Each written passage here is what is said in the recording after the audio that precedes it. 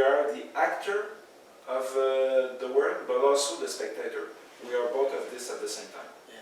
The thing is this, that you said so many things in the last 2 minutes. I just want to conclude this, okay? Yes. So basically, what you're saying is that we're not our own, or we don't control our own life, okay? And the thing is that, like in the Matrix, of course, we're part of a Matrix. And the Matrix wants to make us believe that it's okay to embrace your life and not to contest it. This is when you are like, I'm the black sheep. So if I'm the black sheep of the flock, of course I have to do everything upside down. Because if I'm being convinced that don't fight what we're trying to drop down in your mind through mind control and be happy with this. Because me, I will be self-aware and I will be totally autonomous. So if I'm independent and autonomous, I don't want people to tell me move around and do this, do that. I want to decide for myself. But for that, I have to be able to have discernment. And if I have discernment, I must be able to choose and I have to say what is right and wrong, and I have to make myself an opinion. But to do this, I must have a flashback in order to comprehend the whole thing. I understand. The whole that picture. Reminds me of an image. I'm thinking of Nelson Mandela in his prison for many years, meditating, thinking about his life, his battles and everything. And I think that he gained his enlightenment wisdom, inner peace, profound inner peace, when he realized, that's just an hypothesis, hypothesis. Okay. So I presume that he realized that in fact it's not his will, human will, that changes things. It's not through his will that things are changed. It's like more like in something more. The bigger picture. Yeah, bigger picture, universal. To compliment you, what I want to say is that Nelson Mandela was stuck into a room that was a prison. And he was stuck there for 25 years. Of course, you have to know what things you can't change. So unless he's able to escape, he's not going to be able to change something until time works for us. So in the midst of this, what happened is that the time played a role, and after 25 years, they let him free. At the end, he was president of his own country. So when he was stuck into being a prison, he has to accept fate and reality that he was not able to change. But some things, if you are able to change, even if it's on a long-term period, you must do something in order to express yourself, and that's your authenticity. So me, I think that people are being convinced to say, be like a sheep and then go to the slaughtering house. And myself, what I'm saying is that I will contest every notion that exists that were set before me, and I will take nothing for granted.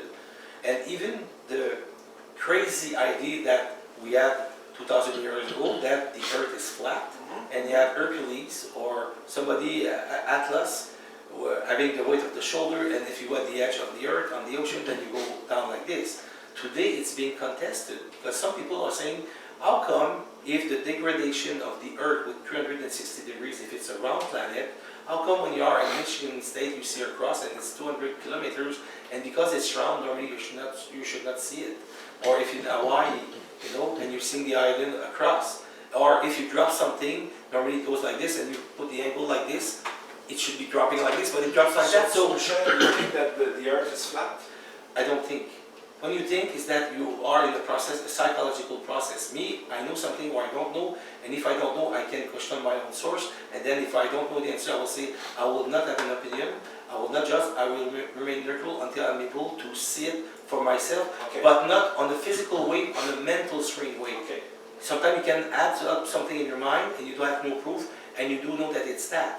And to that matter, Albert Einstein, when he came with his theory of relativity, there were no machine that were able to measure and confirm what he had said, and people laughed at him for 20 years. But 20 years later, when they take the atomic clock with plutonium and they jack it in a helicopter, and the one that was set at the same time was at the level of the ground, and it stayed in the air for a couple of hours, and at the end they put it back together and say, this one is unsynchronized with this one. How can it be? Unless time is relative. So then they said Einstein is a big genius because He didn't think it was that. He didn't believe it was that. He knew it was that. So the inner knowledge that you have and you're able to develop when you're connected with your own source makes you be able to make the equation in your mind without having to have a physical proof, because you understand the principle of the exchanging of matter. And when you're this, you're a great scientific. So most people would say that Einstein developed his theory because he was very rational, and this He was more than rational. This discovery for many people, I would say the materialistic point of view would be that Einstein had a very big brain, a very performing brain, and it's in his brain that this equation appeared. But what I told you, I believe that we're more like modulator, like you said. We're more like processing information around us, and our identity is not limited to our body. So it's good to go and do physical training, to do hot yoga, to a healthy mind take in a care healthy body. of what you eat, but we are far more than just the body. Of course. This, I think that in the future will make more and more acknowledgement of that. So if you are a healthy mind in a healthy body, it helps you have the better shape to be able to grasp the outside reality and to sequence it in your mind, to have discernment, to be able to see this is right, this is not right, and you can contest whatever is not right.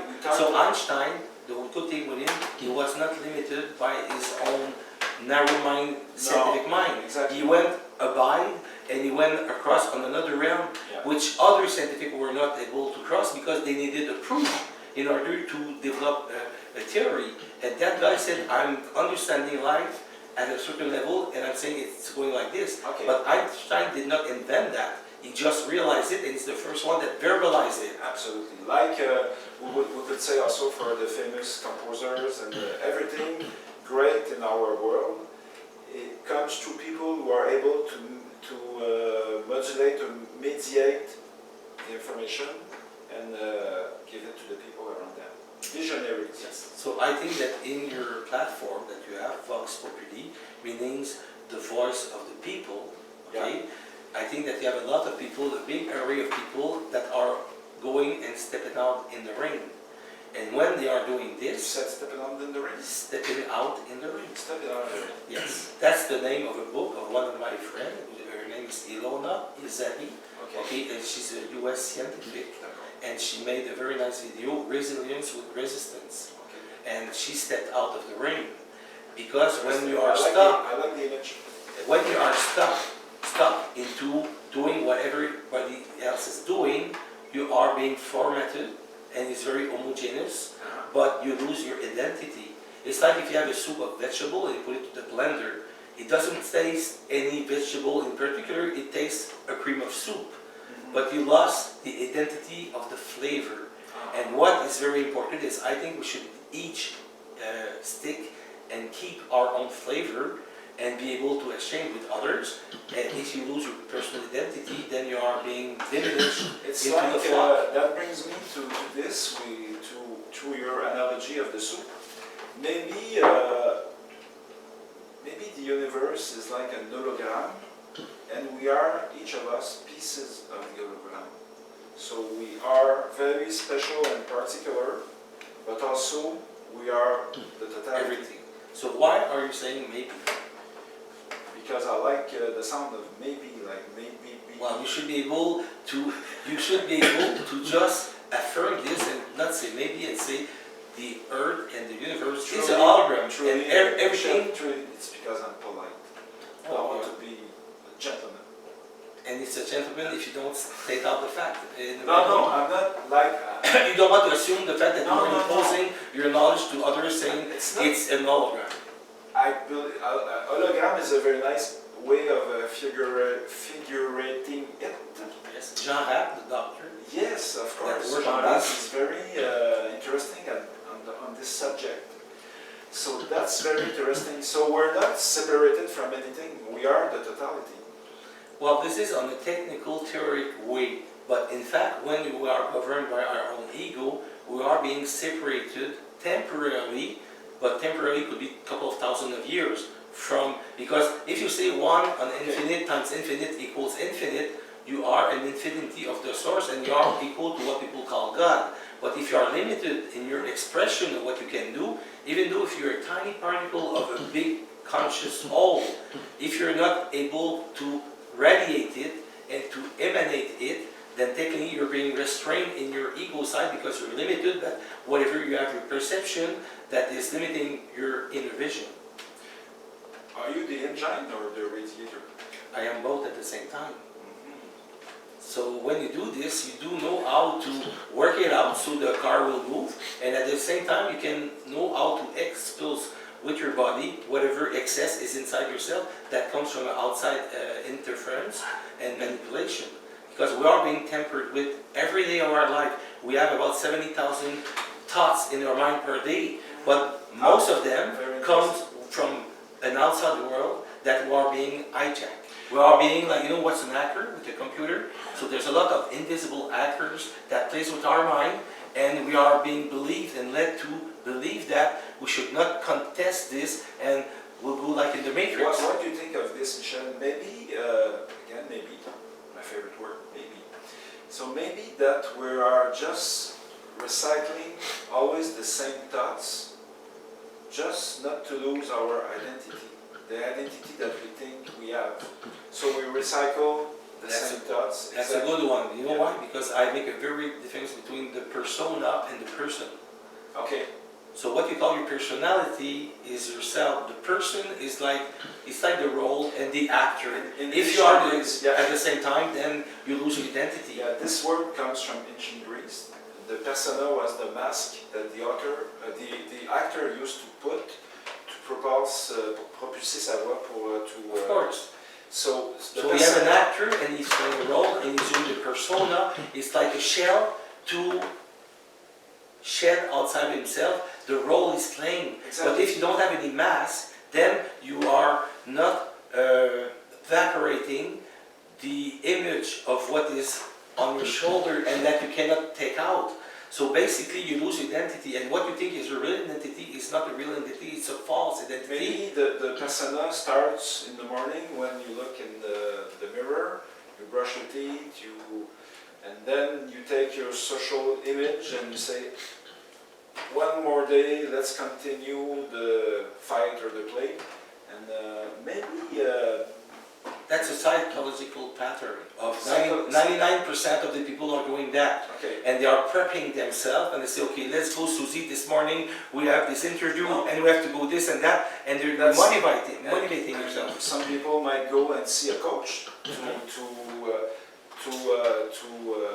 work on their story, the story that they are telling to themselves and the story they are trying to sell to the other people.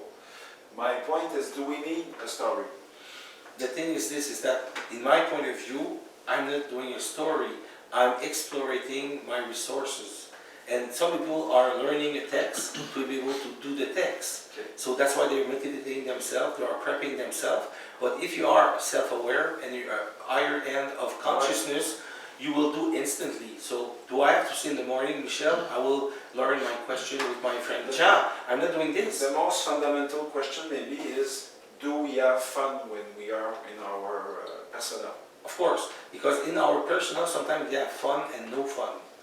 But something that is fundamental, that's a play on the word, okay, is when you have no more mask and it's yourself and it's the righteousness of your mind and your heart and your soul, and whatever you're radiating is your true self. But at that point you will be in the higher reality, and then there is no more game. Because there's a lot of games undergoing in the world. Maybe you need a mask like you need pens and clothes when you go outside the world. Maybe it's good to have a mask. There's a difference between a mask and not to be always naked in front of everyone. Some people will say, I need like an armor. Because a mask is for your mind, but the armor is for your body. Okay. And since a lot of persons are, how can I say it, playing a role and having a game, you have to defend yourself from the attacks of the other egos. So if you don't wear a mask and you don't know the game, you'll be destroyed. will be played around with, and then you're not able to respond the right way because it's a very twitchy world. This is in your screenplay? This is in my screenplay. Very interesting.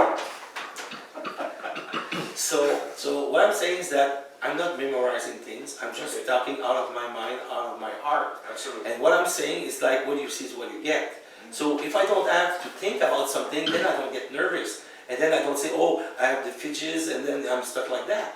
Because I would not have what people call in French about attack. Because when you do this, it's because you have to evaluate what will be your prestation in front of so many people, and you want to be loved. So you're insecure, and when you're insecure, then you become nervous. Because say, what happens if I goof?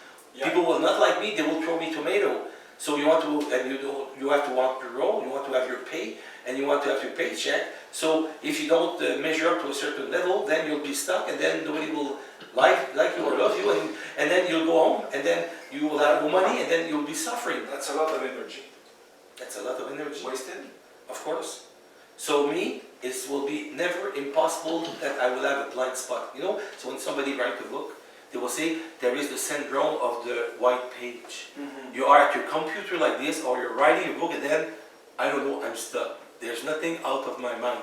Why? Because you think about this. If you don't think about this, and it's not in the process of psychological, with somebody playing with your mind in the astral world, I'm a full cup. If I'm a full cup, I just open the valve and the water flows. Absolutely. So me, I wrote a book of 2,400 pages, which is not a whole book, it's a big book, it's a collection of consciousness. And it never happened to me in the 3 years I was writing final that, oh, I'm stuck, I don't know what to say. I have 50,000 things to say, and if I don't want to speak about that, I'll speak about that. But it always be free-flowing, free-flowing, totally. Yeah. So, but if I think of what I'm saying, and I want to be loved by the people reading me, then I will have maybe an evaluation, and then I will have doubt. And if I have a doubt, it's an ability that you have. Yeah, this is, for myself, it's Some an ability. people will have this ability for food. They will be course. very good in creating new dishes and everything. Of course. Some other will be into architecture, or some other. So you know what you're saying right now? Yeah. You have your violet color that brings with that goes matches with my ring, okay? And what you're saying is, people, you have a lot of magician. And you have magician of the mind, of the writing, of the kitchening, of speaking, of interacting, of filming, of whatever. So what I say in my book is that I want people to realize that if they are a magician, they go to the end for their passion. And if you're really good at something because you like it very much and it makes you grow inside, then you'll be able to do this at a very high level, and you become like an image, somebody to look up for other people who say, oh, I like what he does because he has a platform and he's talking of everybody. It's magic. It's magic. So you have to become... You bring magic in the world. Of course, you have to have like Picasso, Charlie Chaplin, Einstein, a wizard of the laughter, a wizard of the physics quantum, and laughter of the painting. So if they are all magician or wizard of their own treat and their own passion, of course, it will be igniting other people to trying to do a bit like they are doing, because people want to copy their most loved person that they saw, you know, oh wow, I like this person. So of course, in my book, what I try to mean and to show people is that if you know how to become an apprenticeship wizard, and then you have to do through a process, and then you go and you become a real magician. And I have a lot of people that are real magician in my life, computer magician, marketing magician. It means that if you focus your mind in something that you really love, you will be able to go by the limitation that you have, you know. I'll give you an example, you know, like George Lucas. People like him, people don't like him, but at one point he must have been limited by the actual Columbia picture, 21st century, whatever, you know. And at one point he says, if you want to tell me what to do, I have only one choice, I'll do Lucasfilm. And then he has his own box, and he does his own thing, and nobody tells him what to do around, because he's the boss. So we're being pushed around over and over in our life since we're at the high school, and we are in university, and in the job, and in the world of relation, and two guys are flashing for the same girl, or and then there's a war between two persons to have the love of the other one, And it's always a confrontation, it's a jungle. That's what we call thinking out of the box. Outside the box. And creating your box. Of course. So if you think outside the box, it means you're not restrained and limited by what other people do. But if it's so strong within yourself, you say, gee, I'm going to create my own box. I'm going to create my own device, my own home, my own whatever. So actually, I'm creating a center of wellness that does not exist on Earth. Because on Earth, what you have people that are saying, I'm going to the Hippocrates Center, okay, in Florida. And if you want to be treated at the level of your body, or even your vital body, okay, you will be there, and they will have spa, massage, and you will have... They do great work. Yes, they will have algae, and they teach you, they evaluate you with doctors, and they say, if you do this, you'll be back on your feet. But this is only the physical body. And on the other hand, if you go, let's say, for the emotional state and the astral world, you can go into an ashram. And you go there and you go in the Hindus, the Buddhism, and you go and you can pray and meditate. But does that not make you more creative or more aware?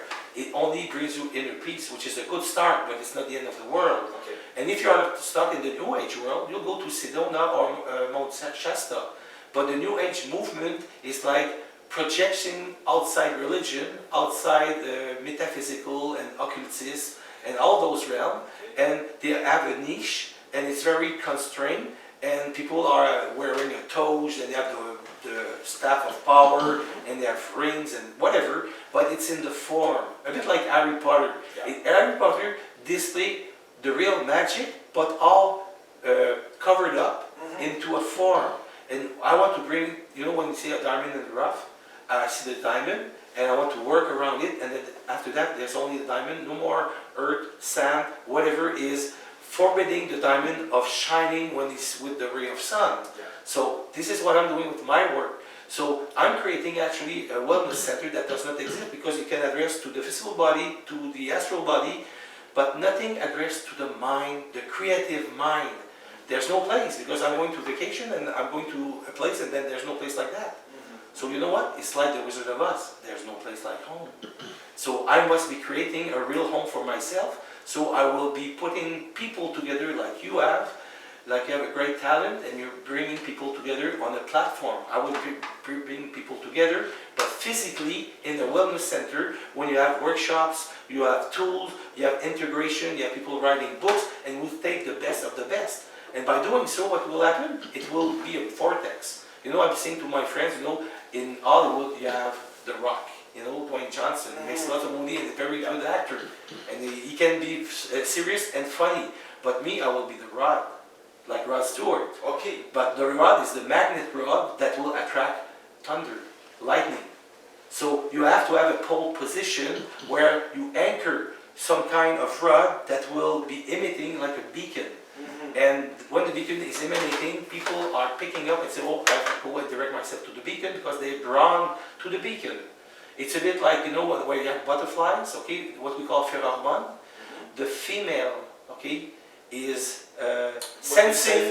Pheromone, you're thinking about the molecule... the chemical molecules that some kind of butterflies are emitting, okay? So the thing is that the female is emanating like one part out of 1 million. Yeah. And the male can detect 1 part out of 1 million. So the ratio is so infinitely small that they have this particularly to be able to pick up this and to be drawn up to the female for mating. It's a nice way to close this interview, because the butterfly is an image of the psyche.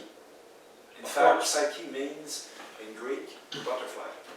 So I'm aware of that, and the butterfly, you know, to close this interview we have, basically, you know, like, you know, that what's a caterpillar, okay, becomes one day a butterfly. And in the midst of this, the caterpillar in the intermediate state, okay, makes a cocoon, goes at some kind of trees, and builds himself his own cocoon. And then there's a necrosis. And then when there's a necrosis, the caterpillar does not exist anymore. It becomes like a black ink, and it's atomically reconstituting itself, and then it becomes a butterfly. But of course, everybody knows that the caterpillar has a lot of legs and walk downs, because it is very heavy and has no wings. And when there's this stupendous transformation, what happens? the caterpillar becomes a butterfly. It's the same energy, but it's not. It's always reoriented and reconfigured. And at one point, you have an animal, an insect that flies. So it means that when you know how to convert your inner energy, whatever ability you have when you are a human being, when you know how to go above, you will be able to transcend your own energy and you will be able to display another kind of abilities that is as different as the caterpillar walking and the butterfly that is Walking and flying and Walking. making the with the nectar of the flowers, okay, making the spreading of the vegetable world to have a better span of the physical, the vegetable reality. Yeah. So basically, I would wish, in conclusion, that for all the person that listen to this interview, if they are interested in doing more, we have a lot of banks of interviews that last for hours and hours, and a lot of people are pointing out their own ability and understanding. So people will do the intake. It's like when you're at a buffet, you take whatever it pleases you, and you think you will like this and that, and then you make your own plate. And when you make your own plate, you are giving a very nice buffet of people. And I'm not saying that all the people have exactly it in their mind and you should be following 100% of what they're saying. But if you pick up a bit from here and here and here, at one point you will be able to have yourself a very complete person, and then you'll become a magician. And if you're a magician, then you will be able to yourself construct other means that you'll be, for other person, you'll become a book. And people, it's in this sense that we have evolution, and now we're going to a very, very private place where technically I think that humanity will really grow and will be able to share and to undergo another kind of society. Michel, it was a pleasure talking with you. Me too. Okay, thank you.